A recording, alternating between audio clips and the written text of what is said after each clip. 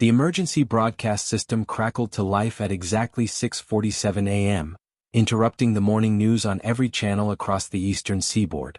Marcus Webb barely noticed it at first, his attention focused on tying his daughter's shoelaces while simultaneously trying to gulp down his third cup of coffee. His wife, Jennifer, had already left for her shift at the hospital 2 hours earlier, leaving him with the familiar chaos of getting 8-year-old Emma ready for school. The television buzzed with static, and Marcus glanced up, expecting another weather warning or perhaps news of a traffic incident. Instead, a pale-faced official appeared on screen, his hands trembling slightly as he shuffled papers that he never actually looked at. The man's voice was steady, but his eyes told a different story. They carried the weight of someone delivering news they themselves couldn't quite believe. He spoke of a viral outbreak, of citizens advised to remain indoors, of a situation that was currently under control, in a tone that suggested anything but control. Marcus felt his daughter's small hand grip his arm tighter as the broadcast cut abruptly to black, replaced by a test pattern that hummed ominously in the sudden silence of their living room. Something in his chest tightened, an instinct honed from his years as a firefighter telling him that whatever was happening was far worse than the calm voice had suggested. Across town, in the basement of St. Augustine's Medical Center, Dr. Raymond Foster stood before a sight that defied everything his 30 years of medical experience had taught him. The patient on the examination table, a young man named David Hutchinson who had been brought in the previous night with what appeared to be a severe fever and aggressive behavior, was clinically dead. Raymond had pronounced him so himself just 20 minutes ago, filling out the paperwork with tired hands after a night spent trying to understand the strange symptoms that had begun appearing throughout the hospital. Yet now David's eyes were open, milky white and unseeing, his jaw working mechanically as a low moan emanated from his throat. The body sat upright with a jerky, unnatural movement, and Raymond stumbled backward, his rational mind struggling to process what his eyes were witnessing. He reached for the call button, his fingers shaking, but before he could press it, David's head snapped toward him with predatory precision. The thing that had been his patient lurched forward with surprising speed, and Raymond's scream was cut short as he realized he was trapped in the room with something that could not be moving. Meanwhile, Jennifer Webb was experiencing her own nightmare 3 floors above. The emergency room had transformed from its usual controlled chaos into something resembling a war zone. Patients were flooding in faster than the staff could triage them, many displaying the same symptoms: high fever, extreme aggression, and a complete lack of response to pain. Jennifer's scrubs were already stained with blood from a patient who had bitten clean through a security guard's arm before being restrained. The woman, a schoolteacher named Patricia Marlowe, had fought against her restraints with strength that seemed impossible for her small frame, her screams echoing through the corridors until suddenly, horrifyingly, she had gone completely still. Jennifer had checked for a pulse, found none, and pulled a sheet over the woman's face before moving on to the next crisis. She didn't see Patricia's hand twitch beneath the white cloth. She didn't see the sheet slowly slide away as the corpse began to move again.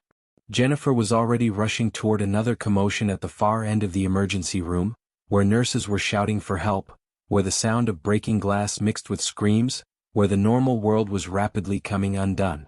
Her phone buzzed insistently in her pocket. Marcus calling for the 4th time, but she couldn't stop, couldn't pause, couldn't know that in just moments the locked door between the ER and the rest of the hospital would burst open, and everything would change forever. The voices they would later hear, the ones that seemed to come from nowhere and everywhere at once, the whispers that some would swear sounded like warnings from a future that had already seen how this story ended. Those voices hadn't started yet. But they would. Soon, everyone would hear them, and by then the world Marcus had woken up to that morning would be nothing but a memory, a ghost of normalcy that haunted the survivors in the dark days to come. Marcus made the decision in less than 3 seconds, the kind of split-second judgment call that had saved lives during his years running into burning buildings while others ran out. He scooped Emma into his arms, grabbed his truck keys from the counter, and headed for the door, his phone pressed against his ear as Jennifer's voicemail picked up for the 5th time. The neighborhood outside looked deceptively normal. Mrs. Patterson was retrieving her newspaper from the driveway. Old Tom Greenfield was already mowing his lawn despite the early hour, but Marcus noticed the details others might have missed. 3 houses down, the Morrisons' front door stood wide open, swinging gently in the morning breeze. A car had crashed into a mailbox at the corner, engine still running, driver's seat empty. And there, barely audible beneath the sound of Tom's lawnmower, was screaming coming from somewhere several streets over. Marcus strapped Emma into her car seat, her questions coming rapid-fire now, and he forced his voice to remain calm as he lied and told her everything would be fine, that they were just going to pick up Mommy early from work. As he pulled out of the driveway, he saw Tom Greenfield stop his mower and turn toward the Morrison house, attracted by sounds Marcus couldn't hear from inside the truck. He saw Mrs. Patterson drop her newspaper, her hand rising to point at something emerging from the open doorway. Marcus pressed the accelerator harder, forcing himself not to look back, forcing himself to focus on the road ahead and getting to Jennifer before whatever was happening spread any further. The hospital parking lot told Marcus everything he needed to know. Abandoned cars sat with doors flung open, personal belongings scattered across the pavement, and a small fire burned unchecked near the ambulance bay. The main entrance doors had been shattered, and through the broken glass, Marcus could see the reception area in complete disarray. He told Emma to stay in the truck, to keep the doors locked, to hide on the floor if anyone came near, and the terror in his voice must have been convincing because for once, his daughter didn't argue. He activated the truck's emergency locks and ran toward the building, pulling his jacket over his mouth as smoke drifted from somewhere inside. The smell hit him first, copper and antiseptic and something else, something organic and wrong that reminded him of the time he'd found a dead deer that had been decomposing in summer heat. The reception area was empty but destroyed, papers and medical equipment strewn everywhere, chairs overturned, and long smears of blood painting abstract patterns across the white linoleum. Marcus called Jennifer's name, his voice echoing through corridors that should have been bustling with activity but instead held only an eerie, expectant silence. Then he heard it, not his wife's voice but something else entirely. A whisper that seemed to come from inside his own head, words he couldn't quite make out but that filled him with a profound sense of dread and urgency. He shook his head, trying to clear it, wondering if he'd inhaled something toxic in the smoke, but the whisper persisted, almost like a warning, almost like someone from far away trying to tell him to run. Jennifer heard the whispers too, crouched in the supply closet on the third floor where she'd barricaded herself 15 minutes ago. The voices were soft but insistent, speaking in layered tones that shouldn't have been possible, and they were saying things that made no sense. Coordinates, dates, warnings about places she'd never heard of, and beneath it all, a repeated phrase that chilled her to the bone. This is how it started. This is how we fell. She had watched through the small window in the closet door as her colleagues, people she'd worked alongside for 6 years, had turned into something monstrous. Patricia Marlowe had been just the first. Now there were dozens of them wandering the hallways with that distinctive shuffling gait, their bodies moving with jerky, puppet-like motions, their jaws snapping at empty air as they searched for prey. Jennifer had seen Dr. Foster stumble out of the basement, his throat torn open, and she'd watched in horror as he'd collapsed, died, and then risen again within minutes. The transformation was impossibly fast, defying every natural law she understood. Her phone showed 23 missed calls from Marcus, but she didn't dare make a sound to call him back, not with 3 of those things standing just outside her hiding place, their heads cocked at odd angles as if listening for the slightest noise that would give away her position. Across the city, in a military installation that officially didn't exist, Colonel James Harrigan stood in front of a wall of monitors displaying feeds from security cameras across the metropolitan area. He'd been tracking the outbreak since the first confirmed case 48 hours ago. A homeless man named Theodore Walsh who'd been found eating rats in an alley and had bitten 4 police officers before being subdued. Now those 4 officers were dead, and so were the 17 people they'd encountered before expiring. Those 17 had encountered others, and the mathematical progression was playing out exactly as the computer models had predicted, exactly as the voices had warned them it would. Harrigan had heard those voices for 3 days now, ever since the strange signal had started broadcasting on frequencies that shouldn't exist. His team of scientists couldn't explain it, couldn't even properly record it, but everyone who heard it received the same fragmented messages. Warnings about the outbreak, about the fall of cities, about decisions that would need to be made. The voices claimed to be transmissions from the future, from survivors trying to change the past, and while Harrigan's rational mind rejected such impossible nonsense, the voices had been right about everything so far. They'd predicted the exact time of the first outbreak, the location of secondary infections, and now they were saying something that made his blood run cold. Within 72 hours, the entire eastern seaboard would be a death zone, and the only choice would be containment or extinction. Marcus found Jennifer on the 3rd floor, but not before encountering his first infected. The thing had once been a man in a security uniform, his name tag still visible through the gore that covered his chest. "Hello, my name is Brett." And it came at Marcus with a speed that caught him completely off guard. Training took over, and Marcus grabbed a fire extinguisher from the wall mount, swinging it in a wide arc that connected with the creature's skull with a sickening crunch. The infected staggered but didn't fall, didn't react to what should have been a devastating blow, and Marcus swung again and again, until finally the thing collapsed and stopped moving. He stood there, breathing hard, staring at what he'd done, trying to reconcile the fact that he'd just killed something that had once been human.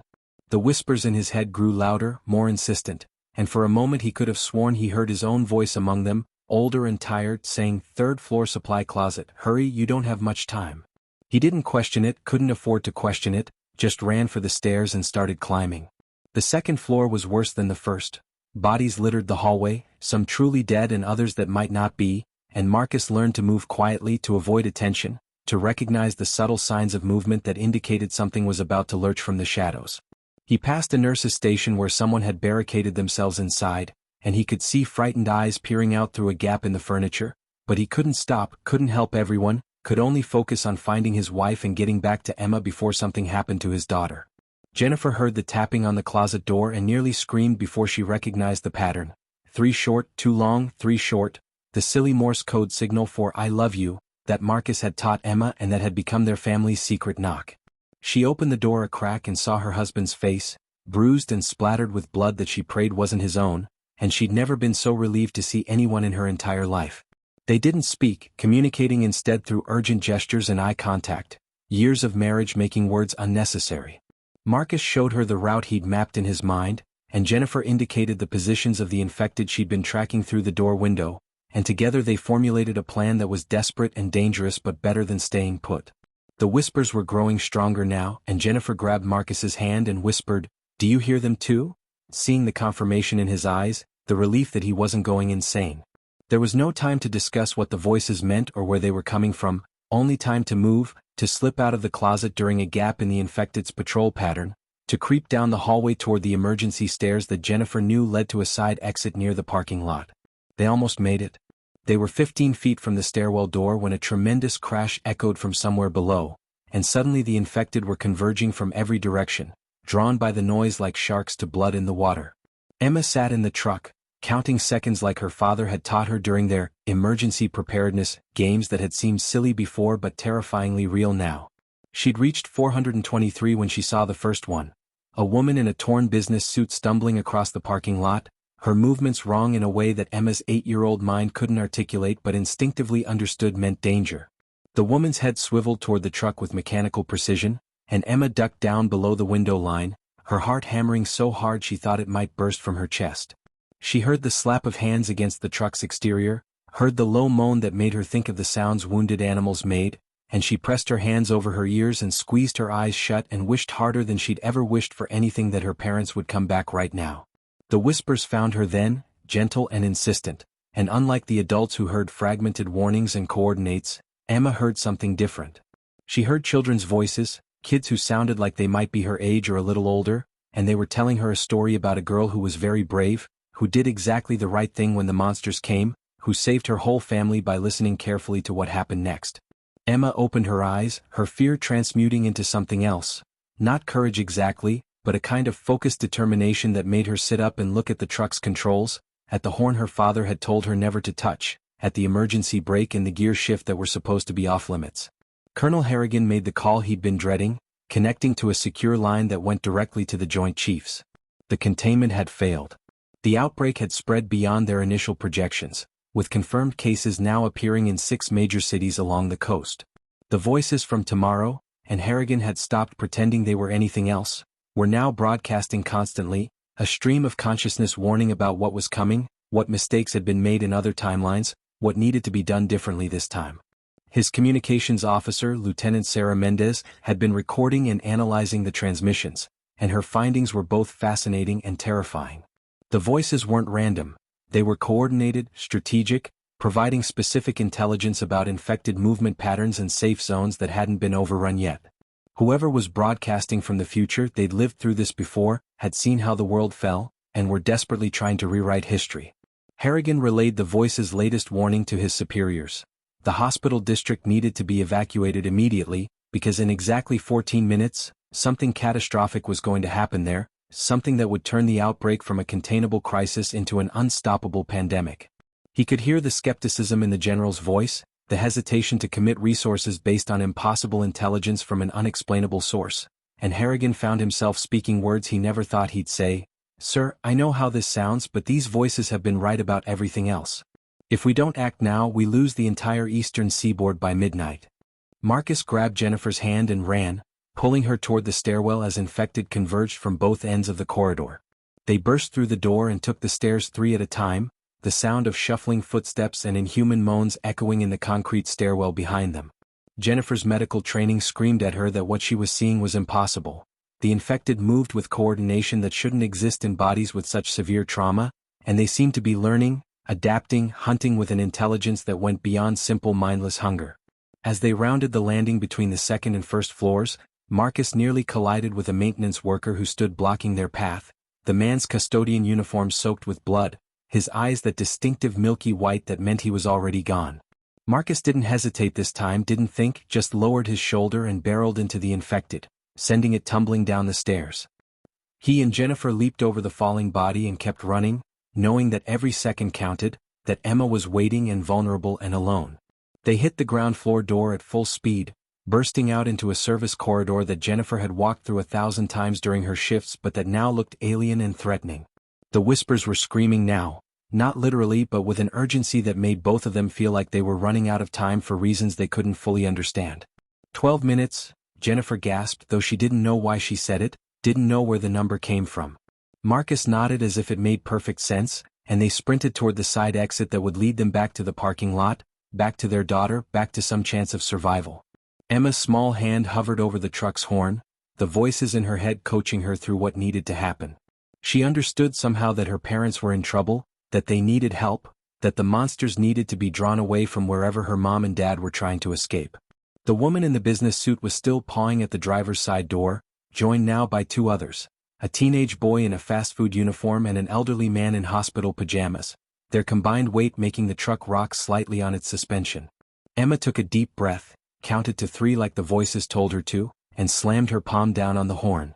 The sound blared across the parking lot, impossibly loud, and the effect was instantaneous.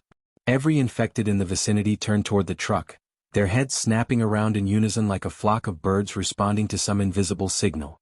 Emma kept her hand on the horn, tears streaming down her face but her jaw set with determination, watching as dozens of the creatures began shambling toward her location. She didn't know that her actions were pulling infected away from the corridor where her parents were running, didn't understand the tactical genius of what the voices had instructed her to do, only knew that this was how the story went, this was what the brave girl did, and she had to trust that the ending would be okay. Lieutenant Mendez burst into Harrigan's office without knocking, her face pale and her tablet displaying data that made no sense. The voices had changed their pattern. Instead of fragmented warnings and coordinates, they were now broadcasting a single clear message on repeat. St. Augustine's Medical Center, basement level morgue, 9 minutes remaining, prevent the breach at all costs. Harrigan was already moving, barking orders into his radio, scrambling a rapid response team that had been on standby since the crisis began.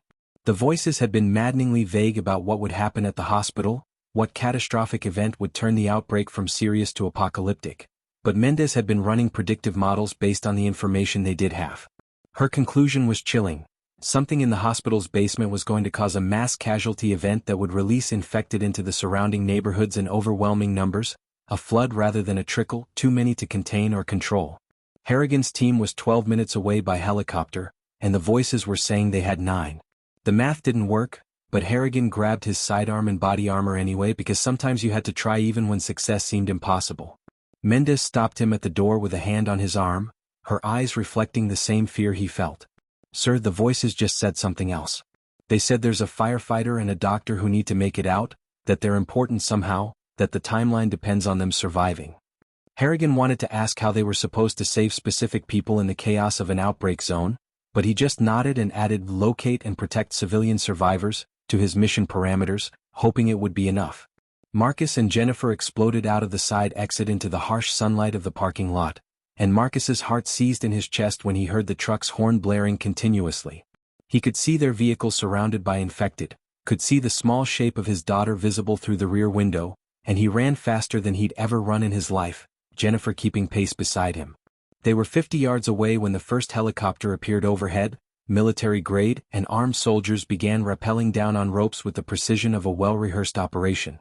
The soldiers hit the ground and formed a perimeter, their weapons firing in controlled bursts that dropped infected with headshots that spoke of training and preparation that shouldn't exist for a crisis that had only begun hours ago. Marcus didn't question the miracle of their arrival, just used the distraction to close the distance to his truck, to tear open the door and pull Emma into his arms, feeling her small body shake with sobs as she buried her face in his shoulder. Jennifer climbed into the driver's seat and started the engine as soldiers cleared a path, and as they peeled out of the parking lot, Marcus looked back and saw the hospital building, saw smoke beginning to rise from its lower levels, and heard the whispers one more time clear as day, "You made it. Now comes the hard part." Colonel Harrigan's boots hit the rooftop of St. Augustine's Medical Center exactly 7 minutes after the voices had given their warning, which meant he was already 2 minutes late. His tactical team spread out in formation, weapons ready, moving with the practiced efficiency of soldiers who'd trained for scenarios just like this, except nothing in their training had prepared them for corpses that refused to stay dead. The rooftop access door had been torn off its hinges from the inside, and Harrigan could hear chaos erupting from the floors below, gunfire, screaming, and beneath it all, that persistent chorus of moans that seemed to resonate in his bones. He led his team into the stairwell, descending rapidly toward the basement level where the voices had directed them, passing floors that had descended into complete pandemonium. Through doorway windows he caught glimpses of overwhelmed survivors making desperate last stands, of infected tearing through barricades, of the thin line between order and chaos finally breaking. His radio crackled with reports from the perimeter team. Hundreds of infected were now streaming out of the hospital's exits, far more than the initial estimates had suggested, and the containment protocols were failing in real time. Harrigan pressed forward, knowing that whatever was in that basement was the key, was the source, was the thing the voices had sacrificed so much to warn them about. The Webb family's truck raced through streets that had transformed into a nightmare landscape in the span of a single morning. Jennifer drove while Marcus tried to raise anyone on his phone, scrolling through contacts and finding only busy signals and voicemails. Emma sat between them now, her small hands gripping her father's arm, and the horn-blaring bravery from earlier had given way to trembling silence. They passed overturned cars and burning buildings, saw people running in panic without direction or destination, witnessed neighbors turning on neighbors and scenes of violence that Marcus's firefighter experience hadn't prepared him to process. The infection was spreading faster than should be possible, as if it had been waiting beneath the surface of normal life and had finally been given permission to emerge. Jennifer spotted movement in her rearview mirror, a stream of infected pouring out of a shopping center, their numbers swelling like a flood, and she took a hard right down a residential street, trying to remember the evacuation routes that had been mentioned in the emergency broadcast. The whispers provided guidance, fragmentary but helpful, steering them away from congested areas and toward gaps in the chaos that shouldn't have been predictable. Marcus heard his own name among the voices, heard someone who sounded like an older version of Emma saying, "Dad went left on Riverside, that's how we made it," and he told Jennifer to turn left without fully understanding why, trusting the impossible because reality had already become impossible anyway. Harrigan reached the basement morgue and found hell waiting for him. The room was a scene of carnage and mad science, bodies on tables in various states of dissection and examination, and in the center of it all stood Dr. Raymond Foster, or what was left of him. The doctor was infected but different from the others. He moved with purpose rather than shambling hunger, and he was working methodically to open the cold storage units where bodies were kept, releasing dozens of infected that had apparently turned while in storage. Harrigan understood immediately what the voices had warned about. This wasn't just an outbreak, it was a calculated release, as if some intelligence was guiding the spread. Foster turned to face the soldiers with eyes that held a glimmer of awareness that the other infected lacked, and he actually smiled, before pressing a button on a control panel that unlocked every storage unit simultaneously. The doors swung open and infected poured out like a grotesque parody of resurrection, and Harrigan's team opened fire, but there were too many, the basement was too confined, and the tactical situation degraded from difficult to impossible in seconds. Harrigan fell back, ordering his team to retreat and seal the basement, knowing even as he gave the order that it was too late, that the voices had tried to warn them but the future couldn't be changed so easily. Jennifer pulled the truck into an abandoned gas station on the outskirts of town, the engine sputtering on fumes, and the family sat in stunned silence as the reality of their situation crashed down on them. They had no destination, no plan, and nowhere that was guaranteed to be safe. Marcus's firefighter instincts kicked in, assessed the situation, prioritized needs, make a plan, and he started taking inventory of what they had. Jennifer's medical bag from the hospital, emergency supplies he kept in the truck, some bottled water, and maybe half a tank of gas if they could get the pumps working. Emma asked the question none of them wanted to voice. "Where are we going?" Marcus and Jennifer exchanged a look, and it was Jennifer who noticed it first. A map on the gas station window, marked with handwritten notes and arrows that hadn't been there when they'd pulled in, couldn't have been there. She got out of the truck and approached the window, her skin prickling with the strangeness of it, and read the message scrawled in what looked like grease pencil: "Head north to Miller's Creek. Safe zone established. Military escort arrives sunset. Trust the voices. This is how you survive." The handwriting was shaky but legible, and beneath the message was a signature that made Jennifer's blood run cold. It was her own handwriting, unmistakably, though she'd never written those words. Marcus joined her, saw what she was seeing, and for a moment they both stood paralyzed by the impossibility of it all, until Emma's voice called from the truck. "Mommy, Daddy, the radio is saying something weird." They rushed back to find the truck's emergency radio broadcasting on a frequency it shouldn't have been able to receive, and through the static came voices, dozens, maybe hundreds, all speaking in overlapping chorus, all giving instructions and warnings and coordinates, and beneath it all, a message that repeated like a heartbeat: "Tomorrow is trying to save today. Listen. Survive. Remember." The sun hung low in the sky as the Webb family navigated backroads toward Miller's Creek, following directions that came from impossible sources and trusting guidance that defied all logic. Marcus drove now, his firefighter training making him the better choice for tactical maneuvering through the deteriorating situation unfolding across the landscape. They'd encountered 3 roadblocks so far, 2 abandoned by whatever authorities had set them up, and 1 still manned by a panicked highway patrol officer named Derek Thompson who'd warned them that the main highways were death traps, clogged with abandoned vehicles and prowling infected. Thompson had looked at them with hollow eyes and asked if they'd heard the voices too, if they were also following instructions from people who claimed to be broadcasting from a future that had already watched the world end. When Marcus confirmed they were heading to Miller's Creek, Thompson had nodded slowly and said that others had passed through with the same destination, that maybe the voices knew something the living had yet to learn. He'd waved them through with a warning to avoid Route 17, where something bad was happening, something that involved the military and explosions and decisions that Thompson didn't want to think about too carefully.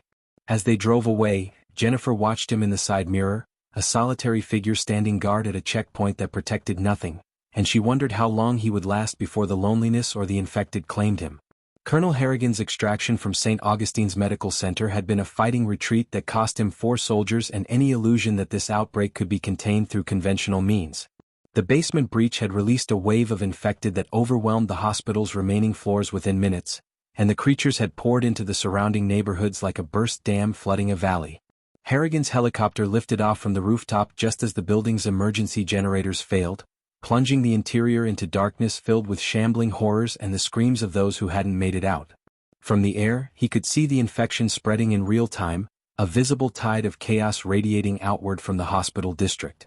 Lieutenant Mendez was coordinating with other military installations, trying to establish coherent defensive lines, but the voices were providing conflicting information now.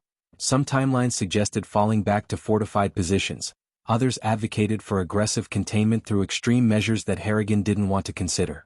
His headset crackled with a direct transmission, somehow bypassing their encrypted channels, and a voice that sounded eerily like his own spoke clearly. "James, listen carefully. Miller's Creek. Civilian refugees are gathering there. It becomes important. Protect it at all costs, no matter what command tells you." Harrigan pulled off his headset and stared at it, his hands shaking before putting it back on and changing his helicopter's course northward, away from his designated rally point, toward a destination he'd never heard of but that his future self apparently considered critical. Emma had fallen asleep in the back seat, exhausted by terror and adrenaline, giving Marcus and Jennifer their first opportunity to speak freely since the crisis began. They talked in hushed tones about what they'd witnessed, about the impossibility of the voices and the mysterious messages that kept appearing to guide them. Jennifer confessed that she'd seen things in the hospital that her medical training couldn't explain, infected that moved with coordination, that seemed to be following some kind of plan rather than mindless instinct, and that one doctor, Foster, who'd looked at her with recognition and intelligence before she'd fled. Marcus shared his own observations about the infection spread, about how it seemed too organized, too efficient, as if something was directing it rather than letting it propagate randomly. They both agreed that the voices were real, that they weren't experiencing shared hallucinations, and that the messages seemed to be coming from people who'd lived through this catastrophe before and were desperately trying to change the outcome. Jennifer wondered aloud what kind of future would drive people to attempt something as impossible as sending messages backward through time, what horrors they must have witnessed to make such desperate measures necessary. Marcus reached over and took her hand, squeezing it gently, and told her that maybe they didn't need to find out, that maybe this time the future could be different, better, because people were being warned and could make different choices. They reached Miller's Creek just as the sun touched the horizon, painting the sky in shades of orange and red that looked too beautiful for a day that had seen the world begin to end. The town was small, maybe 3,000 residents under normal circumstances, but now there were hundreds of vehicles parked along the main street and clustering around what appeared to be a makeshift command center at the old high school. People moved with purpose but not panic, and Marcus spotted military vehicles interspersed among civilian cars, suggesting some kind of organized response was underway. As they pulled into the parking lot, a woman in National Guard uniform approached, her name tape reading Peterson, and she consulted a tablet before speaking. "Webb family? Marcus, Jennifer, and Emma? You're expected. The voices said you'd arrive at sunset." She said it matter-of-factly, as if receiving instructions from the future was now standard operating procedure, and she gestured toward the school building where other survivors were gathering. Marcus asked the question that had been gnawing at him all day, expected for what? Peterson's expression was grim but determined as she answered, "Tomorrow is trying to save today, but it needs help from people in the present. The voices say certain individuals are crucial to what comes next. Apparently you're 3 of them." The Millers Creek High School gymnasium had been transformed into a command center that looked like something from a science fiction movie, walls covered with maps and radio equipment broadcasting on frequencies that shouldn't exist. Marcus carried Emma inside while Jennifer followed Peterson through clusters of survivors who all wore the same shell-shocked expression of people whose world had fundamentally changed in a single day. At the center of the room stood a collection of individuals who Peterson identified as the anchors, people the voices had specifically named as crucial to establishing this safe zone and what would come after. There was Robert Chin, a former CDC researcher who'd been studying unusual prion diseases before the outbreak. Catherine Walsh, a communications engineer who'd been the first to detect and decode the temporal broadcasts. Michael Foster, a National Guard logistics coordinator who'd somehow received supply manifests from the future detailing exactly what would be needed to sustain a long-term refuge. And now the Webb family, though none of them understood why they were important or what role they were meant to play. Catherine approached them first, her eyes bright with exhaustion and something like wonder, and she explained what her team had discovered.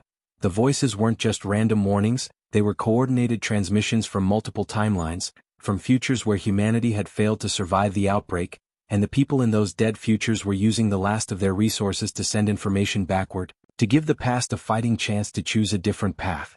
Colonel Harrigan arrived 30 minutes after sunset with 3 helicopters full of supplies and soldiers, his decision to divert from official orders a court-martial offense that he no longer cared about.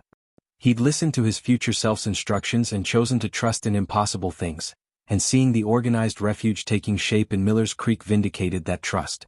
He met with Peterson and the anchors, sharing intelligence about the outbreak's spread. The major cities along the coast were falling rapidly, millions infected or dead, and the government was considering extreme containment measures that would sacrifice entire regions to save what remained. But the voices were providing an alternative strategy, a network of safe zones that could be established and defended, that could preserve not just lives but knowledge, civilization, the seeds of eventual recovery. Harrigan laid out maps showing other locations where groups like this were forming, places the voices had identified as defensible and sustainable, and he proposed a coordinated effort to link these refuges into a network that could endure the dark times ahead. Marcus listened to the military briefing and felt the weight of responsibility settling on his shoulders. These people were talking about survival measured in months and years, about rebuilding from ruins, about a future that would be nothing like the world they'd woken up to that morning. Jennifer found herself working alongside Robert Chin, her medical expertise suddenly invaluable for understanding the infection's mechanism and developing protocols to prevent spread within the safe zone. Chin shared his research about the virus, if that's what it even was, and his theories about why some infected showed signs of coordination and intelligence. He believed they were dealing with something that rewired neural pathways rather than simply destroying them, something that created a kind of hive consciousness among the infected, which explained their organized behavior and efficient spreading patterns. Jennifer thought about Dr. Foster at the hospital, about the awareness she'd seen in his eyes, and she shuddered at the implications. But Chen had hope too. The voices had provided information about immunity factors and potential treatments, research that would take months or years to develop but that offered a path toward eventual cure rather than simple survival. Jennifer asked him why the voices had brought her here, what role a hospital doctor played in this grand scheme, and Chen smiled sadly and said that in the futures that had failed, medical knowledge had been lost when the doctors died, and this time, Tamara was making sure that didn't happen again. Emma woke from her nap to find other children in the gymnasium, kids whose families had also followed the voices to Miller's Creek, and for the first time since the horror began, she felt something like normalcy returning. The adults were busy with their plans and strategies, but the children gravitated together with the resilience unique to the young, already forming the bonds that would define the next generation. Emma met a boy named Christopher who'd heard the children's voices too, who'd also been coached through impossible situations by kids who claimed to be speaking from tomorrow, and they compared stories and wondered together about the future that was trying so hard to save them. An older girl named Rebecca, maybe 12, gathered the younger children and told them something that the adults hadn't quite articulated yet. They were the reason for all of this. The voices were fighting to give them a chance to grow up in a world worth living in, and someday they'd have to return the favor by being the ones who rebuilt what the outbreak had destroyed. Emma listened and understood in the way children sometimes do, seeing clearly what adults complicated, that the voices from tomorrow were their own children and grandchildren, reaching backward across time to save the parents and grandparents they would never meet otherwise. As night fell over Miller's Creek, Marcus stood outside the gymnasium watching the perimeter that soldiers and armed civilians were establishing, and he understood finally why he was here, why a firefighter mattered in this crisis. His entire career had been about running toward danger while others fled, about staying calm in chaos, about making split-second decisions that saved lives. The world needed those skills now more than ever, and the voices had identified him as someone who wouldn't break under pressure, who would help hold the line when things got darkest. Jennifer joined him, slipping her hand into his, and together they watched the stars emerge in a sky unmarred by the city lights that had dominated the horizon for their entire lives. Those cities were going dark now, falling to the infection or being deliberately destroyed to contain it. The voices whispered still, softer now, almost gentle, and Marcus could swear he heard Emma's voice among them, older and weathered but unmistakably his daughter, saying, "Thank you, Dad. You made the right choices. We made it because of you." Jennifer heard it too, tears streaming down her face, and they held each other as the weight of what they'd survived and what still lay ahead settled over them. Tomorrow was trying to save today, and today was finally listening, and maybe, just maybe, that would be enough to change everything.